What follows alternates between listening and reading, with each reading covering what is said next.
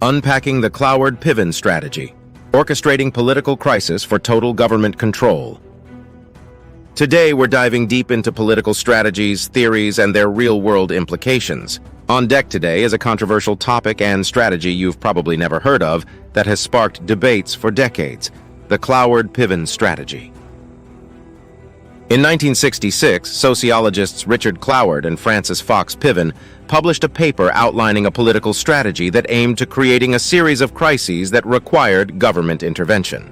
Join us as we explore the intricacies of this strategy and its impact on the political landscape. In 1966, Richard Cloward and Francis Fox Piven introduced the world to their groundbreaking theory, the CLOWARD-PIVEN strategy. It was published in the May 2, 1966 issue of The Nation, a leading liberal political and cultural magazine. Their strategy centered around the idea of creating political crises to achieve an unconditional, universal basic income for all. But how did they plan to implement this strategy? The strategy consists of several key phases. Let's break it down.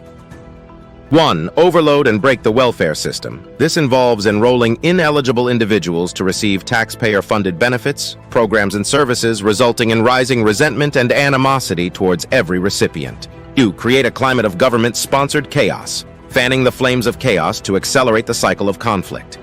Take control of the chaos using police enforcement, curfews, and even martial law to establish control. 4. Implement a socialist and communist structure, shifting towards a more centralized, government-controlled system. 5. Use the Federal Reserve's incessant money printing to devalue the dollar, reduce its purchasing power, and dethrone the dollar as the world's reserve currency, all while hyperinflating essential goods and services. 6. Economic collapse will result in widespread violence, civil unrest, systemic disruptions, along with social and political upheaval. The goal of the strategy, according to their writings, was to achieve complete control over the citizens through the implementation of a socialist communist system. They believed that a guaranteed annual income or a universal basic income would be the means towards this end. To make their vision a reality, Cloward and Piven suggested several administrative changes. They argued that federal control was necessary because local oversight would hinder the increase in welfare rolls needed to create a financial crisis. They also insisted that any guaranteed income should come without conditions, such as work requirements. According to them, conditional benefits violated civil rights and oppressed the poor. Cloward and Piven emphasized the importance of marketing these benefits to the masses and suggested that legal support should be readily available for those receiving benefits. They envisioned a climate of militancy that would overcome any stigma associated with welfare. They aimed to build coalitions of aggressive organizers from various movements to support their cause. The CLOWARD-PIVEN strategy also looked ahead, foreseeing generational welfare dependency.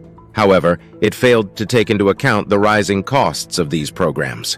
They believed that once eligibility was established, the drain on local resources would persist indefinitely, thereby bringing about systemic failure. So what has been the legacy of the CLOWARD-PIVEN strategy? Has it led to the guaranteed annual income they envisioned, or has it had other unintended consequences?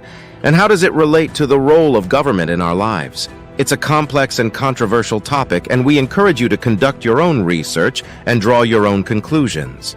That's all for today's deep dive into the CLOWARD-PIVEN strategy. As always, thank you for tuning in to KIP TV. Be sure to like, subscribe, and hit the notification bell to stay updated on our latest content.